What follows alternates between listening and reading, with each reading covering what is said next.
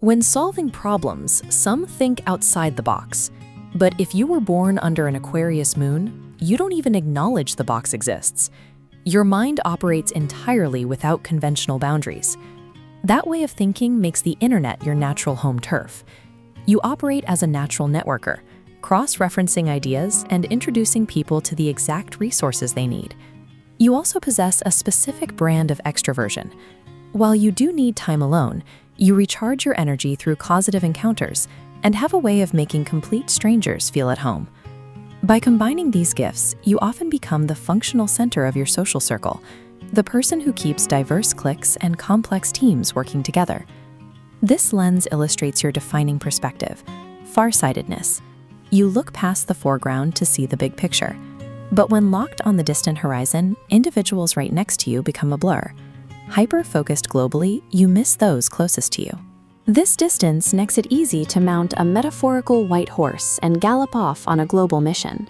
While this idealistic instinct is a gift to society, it can become a habit of escaping into the big picture to avoid the messy details of the present.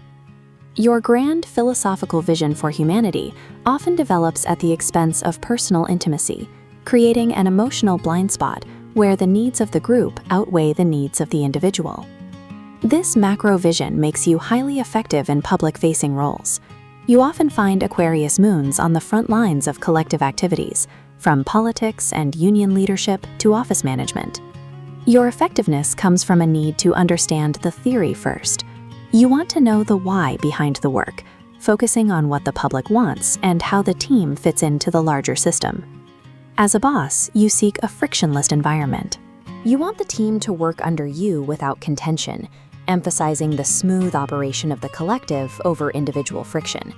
This systemic focus even defines your leisure time. You can spend all night debating religion, politics, or business strategy, not to win a personal argument, but to explore the big picture processes that catch your spirit.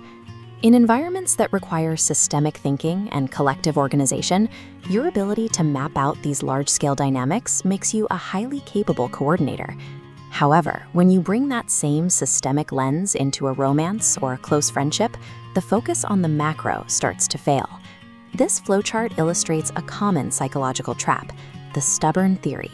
You may develop a philosophical explanation for a situation and then try to cram your lived experience into it, even when evidence suggests you're wrong. Because your theory assumes everyone wants to engage, you may miss a retreating introvert. You're watching the network but missing the person. This tendency to prioritize the group over the self often develops in childhood. Many with this moon placement were raised in environments where they were asked, "What does the world need?" or "What will the neighbors think?" long before they were asked what made them happy. This training makes you a master of group dynamics, but it can also leave you abstracted from your own true feelings, causing you to inadvertently forget what you or your partner actually need in the moment. Your primary emotional need is to bridge this gap, to finally understand how the individual fits into the group without being swallowed by it. The first step is to let go of inherited community ideas and find your own philosophy, grounded in everyday experience. For those in a relationship with an Aquarius moon, the strategy is clarity. Set clear boundaries and explicitly state your needs. They will usually listen, provided you don't use guilt to get your point across. Throughout life, you thrive by participating in diverse circles, from sports teams to art classes.